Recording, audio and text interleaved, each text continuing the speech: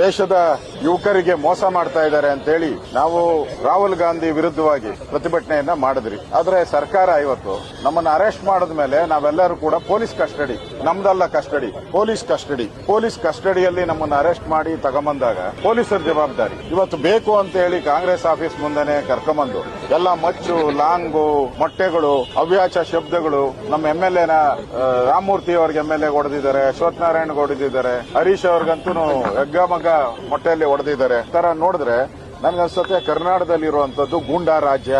ಇವರೆಲ್ಲ ಕೊತ್ವಾಲ್ ಶಿಷ್ಯಂದಿರು. ಯಾರು DK ಶಿವಕುಮಾರ್ ಅವರೇ ಹೇಳಿದ್ದಾರೆ ನಾನು ಕೊತ್ವಾಲ್ ಶಿಷ್ಯ ಅಂತ. ಹರಿಪ್ರಸಾದ್ ಅವರು ಮಲ್ಲೇಶ್ವರ ಅವರು ಅದೇ ಒಪ್ಕೊಂಡಿದ್ದಾರೆ. ಹೌದು, ನನ್ನ ಮುಂದೆ ಕೊತ್ವಾಲೂ ನಿಂತ್ಕೊಂತ ಇದ್ದ ಅಂತ ಹೇಳಿ ಅವರೇ ಹೇಳ್ಕೊಂಡಿದ್ದಾರೆ. ಅಂದ್ರೆ ಈ ರಾಜ್ಯದಲ್ಲಿ ಯಾವ್ದಿರೋದು ಕೊತ್ವಾಲ್ ಆಡಳಿತ. ಕರ್ನಾಟಕದಲ್ಲಿ ಇನ್ನ 1.5 ವರ್ಷ ಇರೋದು ಕೊತ್ವಾಲ್ ರಾಮಚಂದ್ರನ ಆಡಳಿತ. ಇವತ್ತು ಪೊಲೀಸ್ ಕಸ್ಟಡಿಯಲ್ಲಿದ್ದಾಗೆ ಬಂದು ಹೊಡೆದ್ಬಿಟ್ಟು ಹೋಗ್ತಾರೆ ಕಾಂಗ್ರೆಸ್ ಅವರು.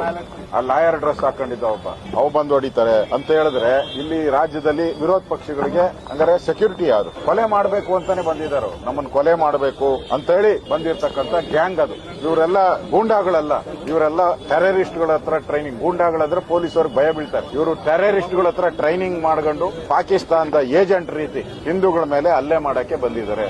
ಇದು ನಡೆದಂತ ಹಲ್ಲೆ ಹಿಂದೂಗಳ ಮೇಲೆ ನಡೆದಂತ ಹಲ್ಲೆ. ಪಾಕಿಸ್ತಾನ ಪರವಾಗಿರುವಂತವ್ರು ಹಿಂದೂಗಳ ಮೇಲೆ ಮಾಡಿದಂತ ಹಲ್ಲೆ ಇದು. ಇದನ್ನ ಖಂಡಿಸ್ತೀರಿ.